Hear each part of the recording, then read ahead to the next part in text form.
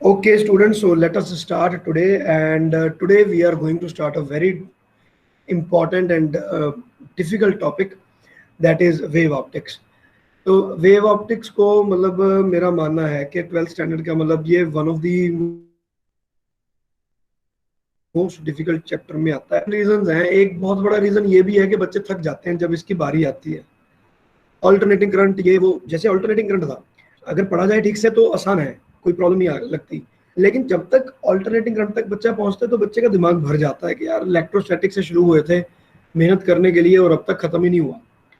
तो उसी प्रकार वेव ऑप्टिक्स का भी सिस्टम है। वेव ऑप्टिक्स के कुछ पार्ट्स हैं, जैसे कि हाइगन प्रिंसिपल, उसके बाद इंटरफेरेंस।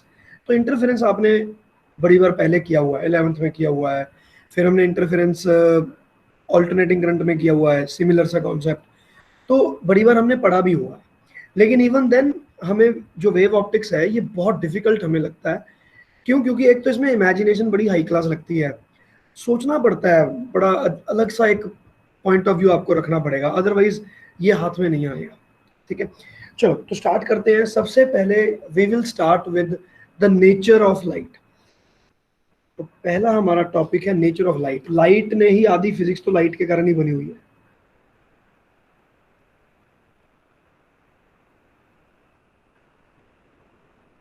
नेचर ऑफ लाइट, ठीक है।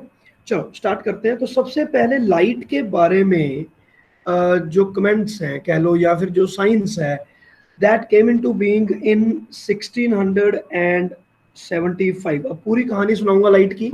ये कहानी खैर मैं आपको बड़ी बार सुना चुका हूँ, dual dual nature of light हम पढ़ चुके हैं, उसमें भी सुनाई थी, उससे पहले भी बड़ी बार हमारी ये कहानी आ चुकी है। बिल्कुल सेम पैटर्न पर ही हम चलेंगे। 1675 में Newton has proposed a theory, और न्यूटन की जो थ्योरी है, that theory was corpuscular theory of light.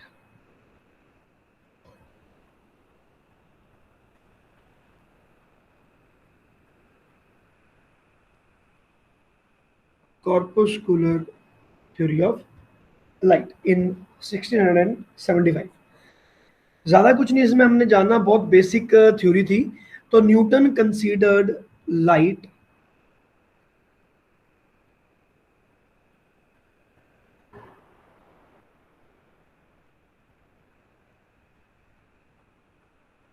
as particles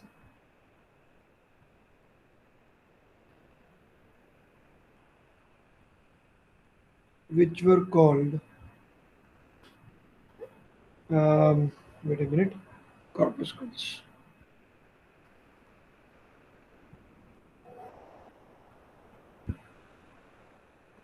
okay, बस इससे ज्यादा हमें नहीं चाहिए। तो ये जो हमारी न्यूटन की थ्योरी है, it is one of the most basic theories that were ever propounded. और इस थ्योरी का मतलब क्या है? देखो, कॉप्स का क्या मतलब होता है? कॉप्स का मतलब होता है body, dead body, basically a body which is not living. तो वो जो बॉडी है उसको बोलते हैं कॉप्स। तो वहीं से ये शब्द आया कॉर्पस्कुल, और वहां से हमारे पास बनता है कॉर्पस्कुलर थ्योरी ऑफ लाइट। तो according to Newton the light is made up of particles, but इनके पास कोई बहुत ज्यादा तगड़ी सब्सटैंशिएट करने वाली थ्योरी नहीं थी। So it is regarded as one of the founding principles about what is light. तो इसमें और कुछ भी डिटेल में हमें नहीं जाना है ना। पॉइंट नंबर टू इज कि after 3 years itself, 1678, there was a person named Christian Huygens।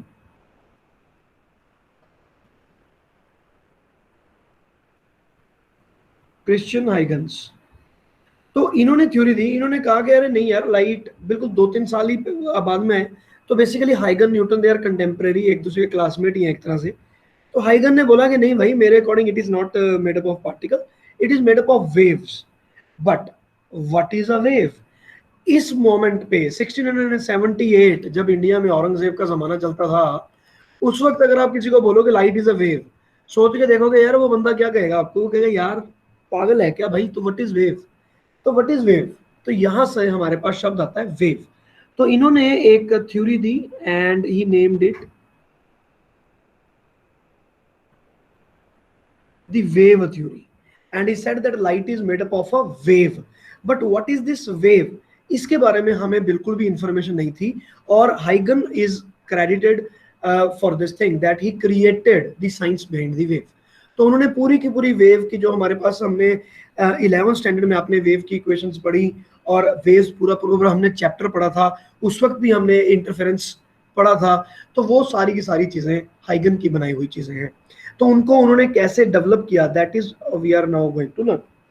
So, according to Huygens in 1678, the Dutch scientist suggested that light travels in the form of, तो यहाँ पर इन्होंने क्या assumption लगाई, ये हमारे लिए बहुत ज्यादा जरूरी है बेटा। इन्होंने assumption लगाई कि light travels like a mechanical wave in nature।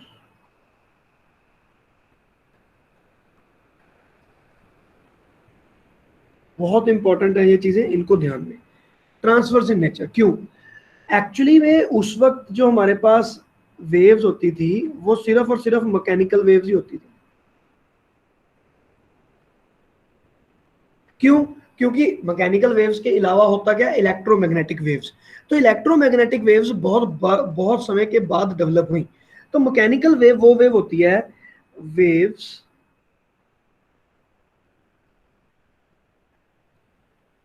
which need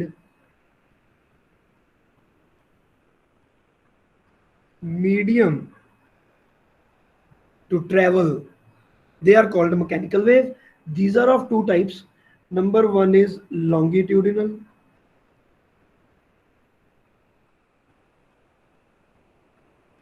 and number two is transverse wave। ठीक है जी, ये दो तरह की वेव होती हैं। तो ये इनके बारे में हमने बेटा 11th स्टैंडर्ड में फुल डिटेल में पढ़ा है, तो we will not be going into the details for what is a wave now. तो मैं आपको सिर्फ ऊपर ऊपर सुपरफिशियली बताऊंगा। अगर कोई डाउट रहे तो आपको 11th की बुक को रेफर करना पड़ेगा। लॉन्गिट्यूडनल वेव वो होती है बेटा जिसमें if the wave is travelling in one direction, let us say wave is travelling in this direction,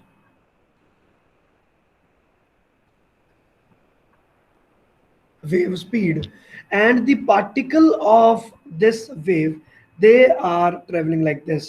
वो ऐसे आगे पीछे टू एंड फ्रो मूवमेंट कर रहे हैं, and this is along the wave speed. So this is known as longitudinal wave। And what about the transverse wave? Transverse wave means that our wave is actually moving in this direction, but the particles are actually moving like this। So particles are moving up and down। So this is a wave that will somewhat look like this।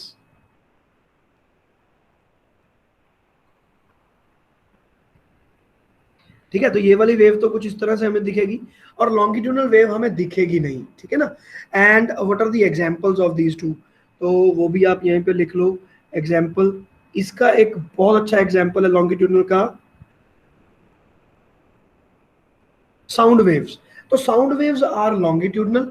जैसे मैं बोल रहा हूं तो मेरे पास जो मैं waves जहां से जनरेट कर रहा हूं, it is longitudinal, it always need a medium. Transverse wave जो है, ये भी जो अभी हम कर रहे हैं, they need a medium, so that is a mechanical wave. Okay, तो what is happening here in transverse wave is particles ऊपर नीचे यहाँ पे जा रहे हैं। तो इसका एग्जांपल मैं आपके पास दे सकता हूं, जैसे कि स्ट्रिंग या फिर रोप, स्ट्रिंग और रोप। ठीक है, जैसे रस्सी में ऐसे ऐसे कर रहा हूं, तो वो एक मैकेनिकल वेव हुआ ट्रांसवर्स नेचर का। ठीक है, तो जो क्रिश्चियन हाइगन का टाइम था, at that time there were only these two waves that were known, and for both of these waves a medium was required. तो इन्होंने अपनी जो थ्योरी बनाई, उन्होंने अपनी थ्योरी किस अजम्पशन के बेसिस पर बनाई? तो इन्होंने जो यहां पर अजम्पशन लिया,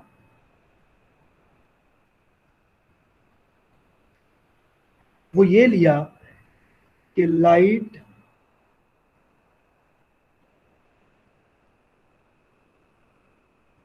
is a mechanical wave, number one। number two,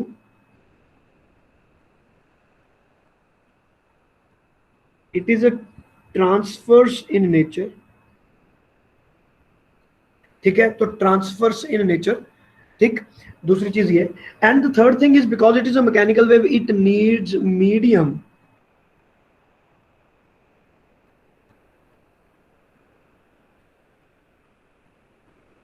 it needs a medium to travel. और अगर मीडियम ट्रेवल करने के लिए उनको चाहिए होगा ना, तो there are some formulas, we have done these formulas also in 11th standard. तो the velocity is given by the elasticity divided by the density, और ये तो यंग्स मॉडुलस है। तो अगर आप बल्क मॉडुलस की बात करो तो it is bulk modulus divided by the density, like this. Bulk modulus is elasticity and this is the density. तो ये हमारे पास फॉर्मूले हैं। जो स्ट्रिंग है, स्ट्रिंग के लिए फार्मूला यूज होता है T divided by M, the mass per unit length. तो वो मैं यहाँ पे अभी लिख नहीं रहा हूँ, we are not going into details. आपने सिर्फ ये याद रखना है कि ये वेलोसिटी का हमारे पास है। तो यहाँ पर हमने अब क्या किया, हमने ना, बिकॉज it was ascertained मैं क्यों लिख रहा हूं ascertained, मतलब अगेन एंड अगेन हमने एक्सपेरिमेंट करके देखा और हमें लाइट की जो स्पीड है वो क्या पता चली। It was ascertained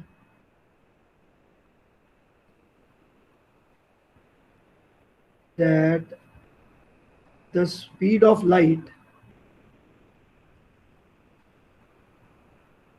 is 3 into 10⁸ metre पर second which is very high.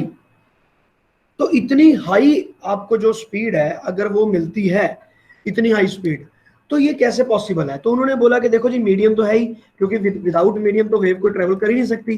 तो यहाँ पर एक मीडियम है, and but what is that medium. तो they thought of a very imaginary medium first of all. So they thought that there is a medium, ठीक है, with very high elasticity. भाई आप सोच के देखो, ये 3 × 10⁸ है, तो यहाँ पर मैं अगर लिखूंगा तो बल्क मॉडुलस कितना होगा उसका। ऑब्वियसली बल्क मॉडुलस बहुत ज्यादा हाई होना चाहिए, और जो आपके पास डेंसिटी है वो बहुत ज्यादा लो होनी चाहिए। तो आपने एक ऐसा मीडियम बोला, there is a medium with very high elasticity and very low density. तो ये जो चीज है इन्होंने इमेजिन की, and they gave it a name, this fictitious medium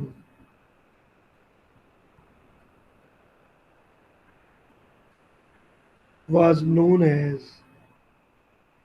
ether. This fictitious medium was known as ether. तो भाई ये जो है ईथर है, उसने बोला कि ईथरिक ईथरिक फ्लूइड बोलते हैं। तो पूरे यूनिवर्स में एक फ्लूइड फैला हुआ है ether, and this fluid is different from air because of in space there is no air.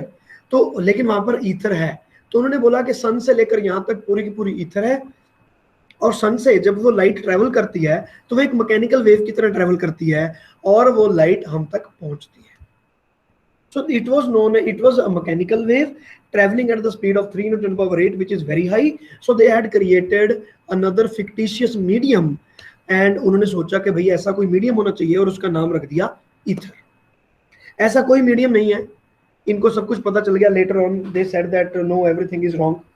लेकिन इन्होंने एक थ्योरी दी जिसका नाम रखा गया wave theory. Okay, and point to be noted is this wave theory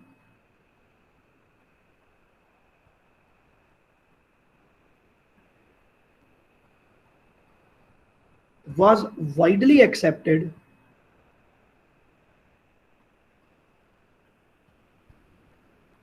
and it was even able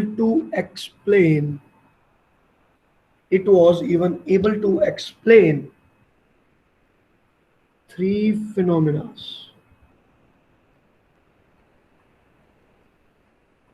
Number one, not only this, हाइगन principle के basis पे रिफ्रैक्शन और ये सब भी थे। तो 3 फिनोमिना नहीं, एक्सप्लेन द फॉलोइंग करके हम लिखेंगे।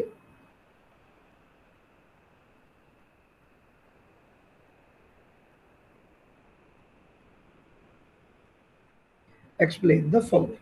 तो सबसे पहला आ गया, इन्होंने जब लाइट के बारे में हमने बात की, reflection. Number 2 is refraction, that is Snell's law. इन्होंने स्नेल्स लॉ को भी इन्होंने कंप्लीटली डिफाइन कर दिया।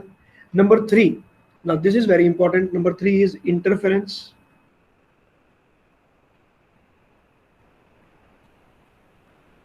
Number 4 is diffraction, and number 5 polarization। तो ये 5 फिनोमिनाज ऐसे हैं जो इनकी थ्योरी, चाहे वो बाद में गलत प्रूफ हो गई, लेकिन उस थ्योरी ने उनको एक्सप्लेन कर दिया और उन थ्योरी ने बोल दिया कि भाई वेव के पॉइंट ऑफ व्यू से अगर सोचा जाए तो ये सारी की सारी theories they can be explained in so and so thing, so and so way. तो न्यूटन की जो थ्योरी थी उसको हमने डिसरिगार्ड किया, तो न्यूटन की थ्योरी को हमने हटा दिया और हाइगन की थ्योरी को एक्सेप्ट किया, एंड हाइगन ने ये सारी की सारी थ्योरीज को हमें एक्सप्लेन कर दिया। तो हमारे इस चैप्टर में वेव ऑप्टिक्स में this is the syllabus. First of all, we are going to prove reflection and refraction with the help of Huygens principle. That will be completed today. Tomorrow we will be doing interference, then diffraction, then polarization. There will be total like 3 classes or 4 classes that will take place, that we have to conduct, and then syllabus will be over. तो ये आपके पास सारी की सारी चीजें, ठीक है। चलो अभी हम फिलहाल आगे चलेंगे। अब मैं आज we were discussing about the nature of the light. तो 1678 में हाइगन ने ये सारी की सारी थ्योरी दे दी, but until what time this theory was accepted, and it is really surprising that till 1873 this theory was invoke. तो ये थ्योरी को इन्होंने मानते गए 1873 एंड 1678, तो यू कैन से लाइक 200 साल तक हम इस भ्रम में रहे। हमारे मानव जाति के जो साइंटिस्ट हैं वो 200 साल तक इस भ्रम में रहे कि light is a mechanical wave, because we didn't know that there is some other kind of a wave also. 200 साल तक हम इस जो ईथर वाला जो फ्लूइड है इसको हम ढूंढते रहे, लेकिन बंदे को ये ईथरिक फ्लूइड कहीं नहीं मिला। अब इसकी चीज को ना मिलने के कारण 1873 में there was a person, and that is known as Maxwell, very popular. Now Maxwell has given the theory of the electromagnetic waves.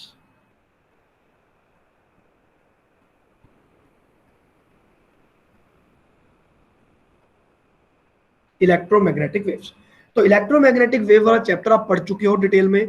तो अब हमें ये पता है कि मैक्सवेल ने किया क्या था। मैक्सवेल ने पूरी की पूरी प्रॉपर सिस्टम बनाया और उन्होंने ये बात प्रूफ कर दी कि इलेक्ट्रोमैग्नेटिक वेव की वेलोसिटी 3 × 10⁸ है, ठीक है ना। So he proved that electromagnetic waves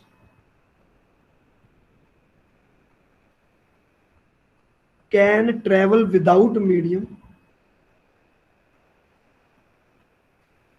and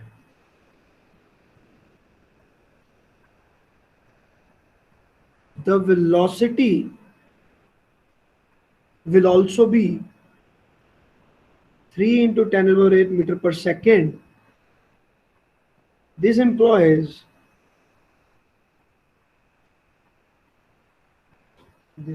very.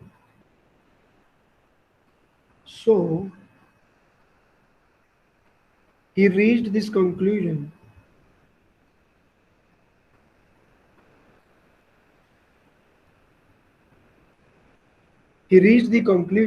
that light is an electromagnetic wave। तो यहां पर आकर थ्योरी चेंज हो गई। इसके बाद आपका इलेक्ट्रोमैग्नेटिक वेव वाला जो चैप्टर है वो ओपन हो गया। तो वो तो हमने बहुत जबरदस्त डिटेल में किया हुआ है, उसको आप दोबारा से एक बार देख लेना। तो यहां से हमने प्रूफ कर दिया कि लाइट इज इलेक्ट्रोमैग्नेटिक वेव, और इलेक्ट्रोमैग्नेटिक वेव एक नई चीज बन गई।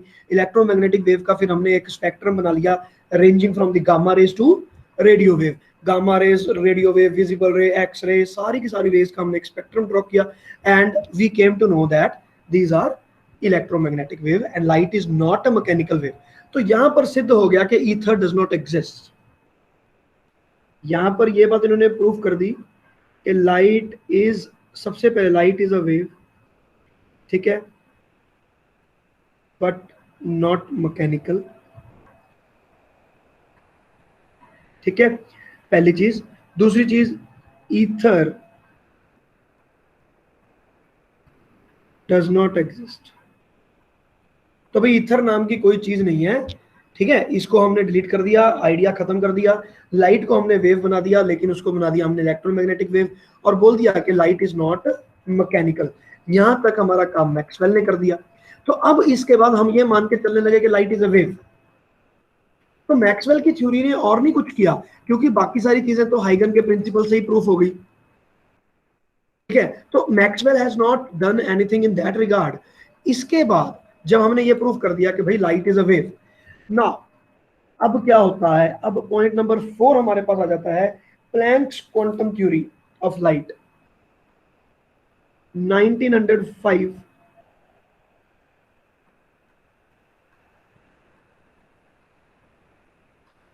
प्लैंक्स क्वांटम थ्योरी,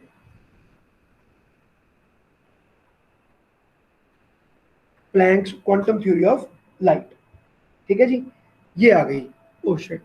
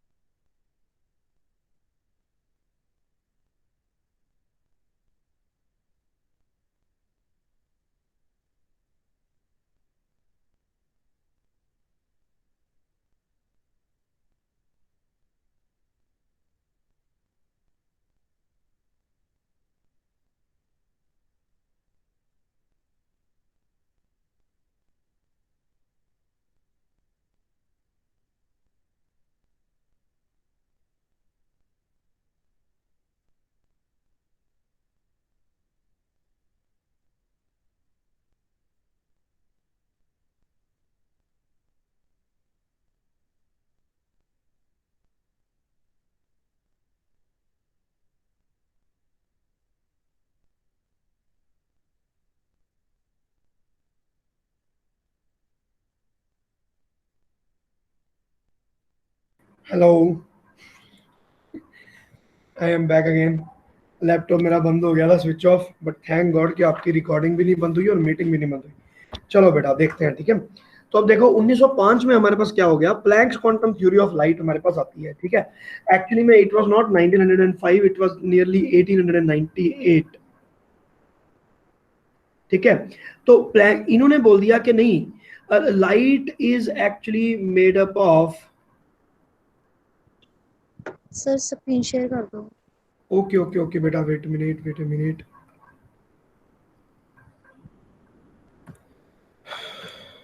ओके, ठीक है। तो इन्होंने ये बात बोल दी कि light is actually made up of particles, और ये जो पार्टिकल्स हैं वो है क्या, द एनर्जी पैकेट्स,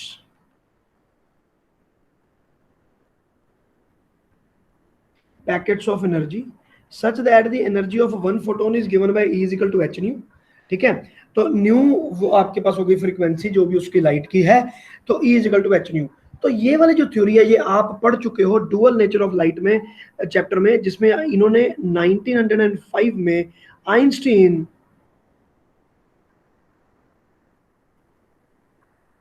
gave या explained, so with the help of this theory Einstein explained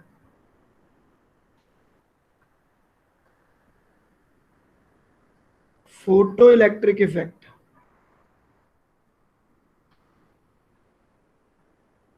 based on this theory. तो प्लैंक्स ने एक थ्योरी दी, प्लैंक बंदे ने, और आइंस्टीन ने उस थ्योरी की मदद से फोटो इलेक्ट्रिक इफेक्ट को एक्सप्लेन करते हुए इस थ्योरी पर मोहर लगा दी कि yes indeed light is made up of particles and those particles actually they are not particles, they are the packets of energy. So energy is travelling in let us say together, some energy is traveling, but what is that energy हमें वो नहीं पता, तो that energy was traveling and we have called it a photon। ठीक है, तो यहां से इन्होंने फोटोन के बारे में बात की। He gave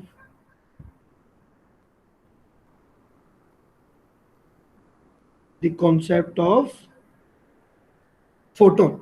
तो फोटोन जो है, ठीक है, फोटोन जो नाम आया वो आइंस्टीन की तरफ से नाम ये आया था। प्लैंक ने भी नाम दिया था, बट प्लैंक का नाम था quanta, something different, but anyways Einstein ने उनको बोल दिया फोटोन। तो ये आ गया मेरे पास, फोटोन आ गया 1905। लेकिन थ्योरी अभी भी यहां तक नहीं खत्म होती, ये तो लाइट तक तो चलो यहाँ पे खत्म हो जाती है। पॉइंट नंबर 5 इज कि 1932 में क्या हुआ। 1932 में नॉट 32, आई बिलीव 21 में, ठीक है, de Broglie came into picture.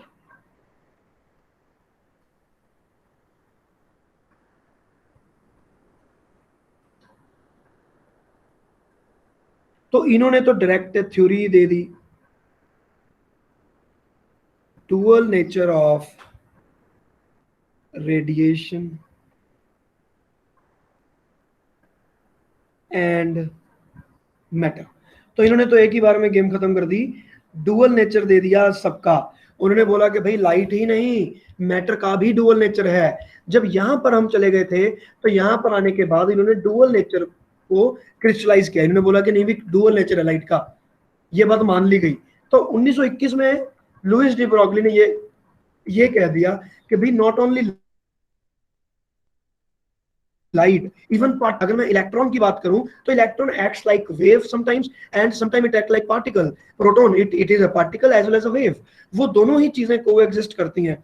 समझने के लिए बहुत ज्यादा हमें इस चीज पर थोड़ा दिमाग पे जोर देना पड़ेगा, क्योंकि हम समझ नहीं पाएंगे इस बात को कि भाई इलेक्ट्रॉन तो एक पार्टिकल होता है। आपको अगर मैं बोलूं कि इलेक्ट्रॉन तो है ही नहीं, it is not a particle, it is a wave, तो आप सोचोगे कि यार ये कैसे हो गया। तो इसका मतलब ये है कि electron is not is a wave and then proton is a wave. तो भाई जो आज तक आपने केमिस्ट्री में पढ़ा, एटॉमिक नंबर, प्रोटॉन के ये वो, और जो केमिकल रिएक्शन से पढ़े, इलेक्ट्रॉन इधर से इधर चला गया, वहां चला गया, वो कैसे होंगे। तो वो सारी की सारी थ्योरी हमारी अंडर क्वेश्चन चली जाती है इस चीज के बाद। लेकिन 1921 में उन्होंने ये बात बोली कि both of them they coexist. उन्होंने ये नहीं कहा कि भी this is different, they coexist. Okay, मैं इस डेट को, मुझे मतलब थोड़ा सा कंफ्यूजन है, आप बेटा एक बार चेक कर लेना।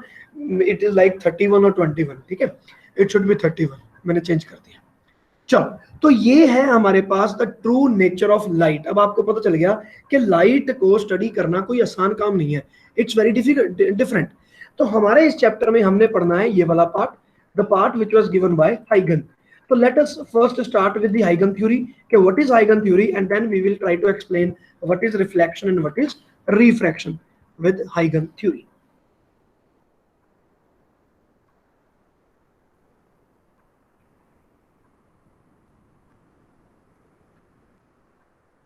Huygens wave theory. Huygens wave theory. Okay, चलो, और बेटा टाइम बड़ा कम रह गया, 2:35 हो गए हैं। चलो मैं ऐसा करता हूँ, आज हम यहीं पे रुकते हैं, क्योंकि अगर मैंने हाइगन वेव थ्योरी स्टार्ट किया तो इसको टाइम लगेगा। तो 35 तो ऑलरेडी हो ही चुके हैं ठीक है, तो till today we are doing this only. बाकी की थ्योरी हम कल करेंगे, लेकिन कल आपने you have to make sure कि आप हमारी क्लास जो है वो बिल्कुल टाइम पे हम स्टार्ट कर देंगे, ठीक है ना, 1:45 पे। चलो, तो आज के लिए इतना ही, कल हम करेंगे वेव थ्योरी। बच्चे अगर आप कुछ पूछना चाहते हो तो पूछ सकते हो इसके बारे में, नेचर ऑफ लाइट के बारे में। Any doubts?